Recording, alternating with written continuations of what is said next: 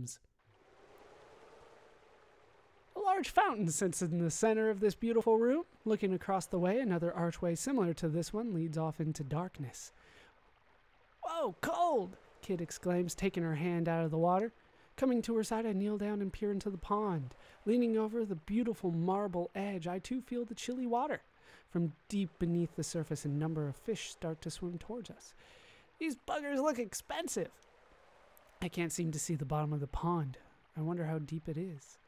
The fish are a little restless, splashing here and there. Suddenly, Kid tugs at my arm, jerking my hand out of the water. Before I can ask why, one of the fish leaps out, snapping at me. We scramble to our feet and take a few steps back from the fountain. Many other fish soon follow, jumping out of the water, snapping at us. A few land outside of the pond. I kick one of them into a corner, watching it violently squirm around. It appears to be a piranha. More and more of them emerge from the apparently bottomless depth. Having gotten a fresh scent of game, the piranhas start to splash around more viciously now, getting water everywhere. I wonder how many of these things could be in there. It looks like there are more and more of them emerging every second. Suddenly, a dark red liquid starts to erupt from the fountain. Kid leaps back at once. I'm shocked as well, staring dumbfoundedly at the erupting fountain. The gushing red liquid shoots higher and higher. The water level in the pond rapidly rises, taking on a disgusting red hue. Before long, the water level has started to overflow onto the floor. A bead of sweat rolls down my brow as I realize that the room is about to fill with water. We might be able to make it to a safe distance before the piranhas reach us. Quick, what do we do? Head back to the staircase. Back. You have to be faster. Come on, we're outnumbered. Splashing through the water, we turn back, heading for the passageway from where we came. However, a few of them manage to sink their teeth into me before I can get away. I kick off the last remaining few as I bolt out of this vile room. You gotta be fast. You gotta be faster. You won't make it. Like, that one's timed. Ew, what a close call. That rat bastard, whatever trick he's got up his sleeves, it won't stop us for long. We're coming for you, Lynx. And we've made it somewhat. While resting on a wall to tend to my wounds, I look up and notice something out of the ordinary. Hey, was this here before? Carved into the wall, a large marble sculpture of an intimidating face stares down at us coldly. That is an intimidating face, isn't it? It looks as though it's been sculpted by a fine artisan. It's very detailed. Its features are beautifully etched and barely eroded. It's a mouth of truth, Majel says. A what? A mouth of truth. The legend is that if you are given to lying, a mouth of truth will know it if you put your hands into its mouth. Oh, what a hard idea? What a hard idea, Kid says, rolling her eyes. Let's see you do it, I say. Kid looks up worried, but seeing Majel looking at her, feels a resolve and tentatively puts her hands into the mouth. However, after a few seconds, nothing seems to be happening. Hey, what do you know? Guess I passed the test. That can't be all there is to it. Ah, I know. Kid, how many pounds do you weigh? Really? We're gonna go with something that's an obvious lie coming from her. 104. Kid suddenly takes on a worried look before she can remove her hands, the marble set of teeth clamps down on her wrists. Hey, you stupid face, what's going on?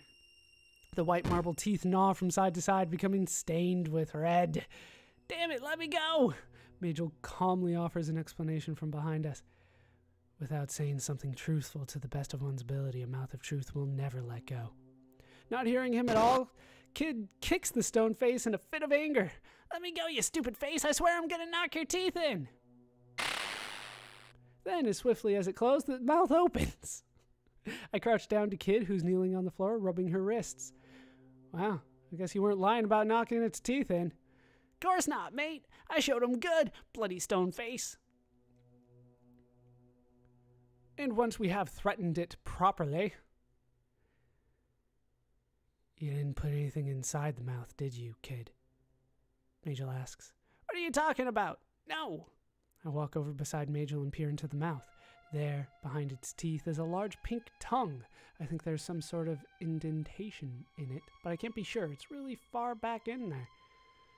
Maybe it wants us to put something on its tongue. Maybe that's the real test.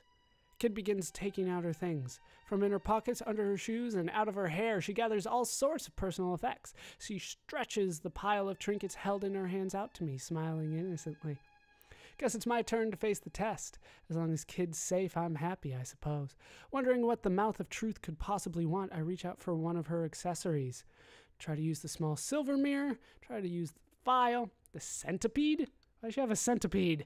Lipstick, special raisins, fishing line, a huge explosion, a leather scroll, or the hand-shaped plate. What we want to do is use the hand-shaped plate on it. I mean, there's a reason that we got it. I take the hand-shaped plate. Its strange, contorted symbols give me a headache just by looking at them. Nervously, I reach in and place it onto the tongue. It's a perfect fit. Sliding it into place, I quickly remove my hand and back away a few steps. The huge wide eyes start moving around slowly, and a slight vibration can be felt from behind the wall. Something's happening. Something big. I just wish I knew whether it's good or bad. An odd sound escapes from the mouth of truth as its eyes continue to roll. I want to make a run for it. However, I look over and see the ever-fearless expression in Kid's eyes and stay my ground.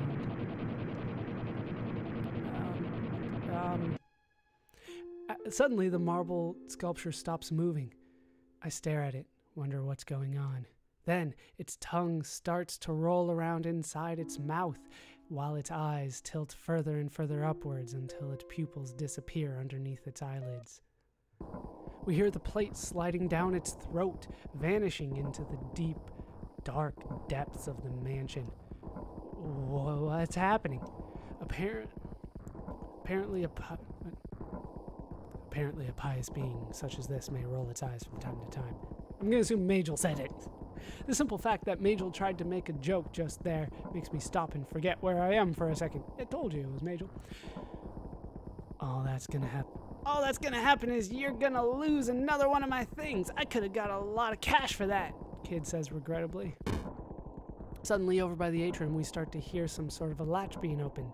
And then, moments later, the sound of water draining echoes throughout the corridor. Taking a few steps towards the atrium, I see the red water has formed into a whirlpool and is flowing down into the pond. The piranhas are being washed away. What's the matter, little fishies? Not enough water? Aw, playtime's over, you nasty buggers. Come on, I'm dying to see what's past that fountain.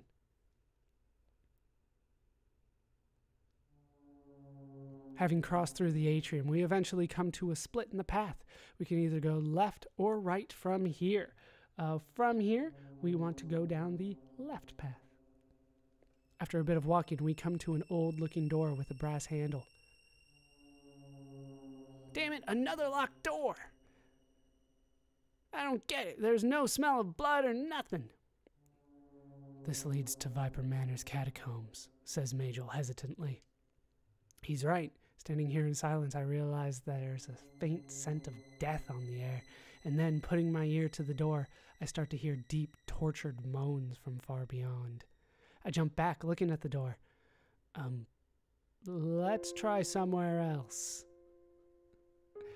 Heading away from the catacombs, we eventually come to a split. Turning right, heads back to the atrium, while ahead of us I can see nothing but a dark stone corridor leading off into the darkness. We'll just keep going forward here. After a little ways down the passageway, we come to a descending staircase. We'll take the stairs. We slowly walk down the stairs, taking us deep below ground. It's as though we're descending further and further into an endless abyss. Once we reach the bottom, we come to another split. We can go left or right, but both paths look equally dismal.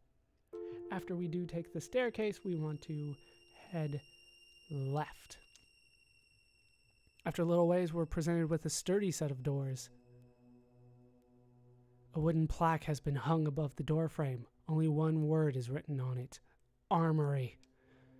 Armory, eh? The key to the catacombs has got to be in here. Kid places her ear on the door. Not a peep. Do we go in? I think you know that we do.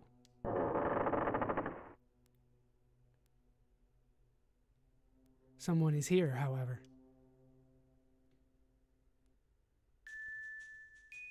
With a book in hand, a single goblin sits in a chair, humming to itself.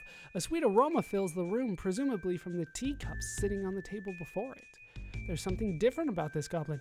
It doesn't seem hostile in the least. Looking up from its book, it examines us from behind its bifocals. Ah, welcome. It's rare to have visitors all the way down here. Too bad we're not guests, Kid shouts. If you want to live, tell us where the key to the catacombs is. And with that, Kid takes her knife and thrusts it into the desk, slicing through the tablecloth. The goblin remains docile. Ah, you must be the elusive Kid. I so wanted to see you with my own eyes. We've all heard so much about you. Before it can finish its sentence, Kid grabs the knife and hurls it through the air. The goblin sets its book down, now unreadable due to the 7-inch blade protruding through it. It removes the knife and places it on the table. Your reputation precedes you. You are quite a radical young lady. Nevertheless, it's a shame. I wanted to see how that novel ended up. Please allow me to introduce myself. My name is Esmeld, it says, offering a simple introduction. Please, I do hate to keep my guests standing at bay. Come, sit, and we shall converse over tea. My first thought is that it's poisoned. Despite my concerns, Majel sits down. We'll take a seat next to Majel. Trusting Majel, I sit down next to him. Surely he's got something up his sleeve. Looking at Kid, she truly doesn't want anything to do with this. She remains standing, keeping a vigilant eye on Esmeld. Black tea is set for 3 at the table. Ah, there we are. After a moment, Majel takes the teacup and brings it slowly to his mouth. He takes a sip and then sets the cup back on the table. Esmeld smiles. Ah, Himalayan chimpanzee. I've not had this blend in quite some time. Oh, that's Majel. Ah, Himalayan chimpanzee. I've not had this blend in quite some time, Majel says. That sounds gross. There's no such thing as a Himalayan chimpanzee, though. I see you are a gentleman of fine taste. I will have you know not many of my visitors have known of this type of black tea. I wouldn't be able to tell you. Listening to their banter, I stare at my cup. Could it really be poisoned? Picking up the cup, I bring it close to my mouth. It doesn't smell so bad. Delicious, I exclaim. I've never had anything like this before. I loosen up a bit, sitting back in my chair. Wait a second, what's going on? My wounds, they're being healed. Oh, thank goodness. Looking over towards Kid, she seems to be enjoying it as well. So, let's get down to business. Certainly the key to the catacombs is to be around here somewhere. Whether I remember where it is, however, that's a different story. I have to actually hold on for 1 second. I thought about showing off the really bad option here, but I think I'm just going to skip it.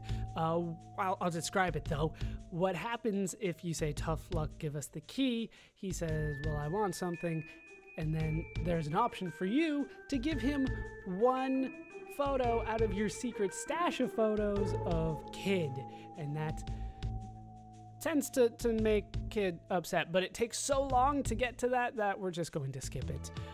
We'll just go with, is there something you'd like in exchange? Something I want. Your life, perhaps, he says as his eyes flash up from behind his glasses. Grab my knife. Oh, you misunderstand, young man. I do not wish to harm you, Esmeld says, noticing the sudden look of shock on my face. I enjoy chatting with the many types of visitors that we have in the mansion. Surely as an adventurer, you must have plenty of interesting stories to tell. Adding to this, he looks in my direction with a smile. I look highly on unique stories and been known to reward such storytellers. Staring down at the dark liquid before me, I start to rack my brain for a really good story. Okay, I've got it. On one particular evening, a small girl walked through a dark, dreary forest. We want to say that the girl suddenly came across a beetle. I know the other one sounds better, but this is what we want to say. Taking it back to her home, we want to say that the girl painted it from head to toe with a shiny golden paint. This one's just weird, but we're going to go with this. Painted the beetle from head to toe with a shiny golden paint. A fine beginning, perhaps. Is that all? No, One evening, while a girl was walking through the forest, she came across a beetle. She took it home, painting it with a shiny gold paint. The next morning, the girl went to town to sell the beetle. Claiming it was a good luck beetle, she showed it to many travelers and eventually sold it for an outrageous sum of money. Yeah, Serge, and I bet... I don't know who's saying this. Yeah, Serge, and I'll bet the girl's name was Kid, wasn't it? From beside me, chills run down my spine. Oh, it was Kid. Yeah, Serge, and I bet the girl's name was Kid, wasn't it? From behind me, chills run down my spine as I hear Kid question me in her coldest tone. I made it up, Kid, I whisper to her. Maybe she really did do something like that in the past. Glancing at her, I see her eyes start to cloud over. Then suddenly she starts choking me, wrapping both her hands around my neck. How do you know about all this? Kid yells, strangling me. From behind me, I see Esmeld pull out one of his tea bags. Noticing it, she suddenly forgets all about me, her eyes lighting up at the sight of the tea. Perhaps some of my precious black tea leaves can be used to prevent against such ruckus in here. Kid immediately snatches the tea bag. It was a fairly entertaining story. I am a goblin of my word, and as such I shall give you the key, he says, knocking on a certain spot of a nearby wall. A secret compartment opens from where he takes the key. He hands it to us with a smile on his face. Thanking him, we leave the room. So, we did it. Heading away from the armory, we come upon an upward staircase on the right. The passage also continues on ahead. We want to proceed on through. After a little while, the passage ends at a small door. Hey, I smell home cooking. That can only mean good things, but we will have to wait until next time. That is going to do it for these parts of Radical Dreamers. I've been Baller Scoop. I've been joined, as always, by an ever-threatening kid. Hope you guys have enjoyed these parts. Hope you laughed. Hope you learned. Hope to see you next time. Thanks for watching.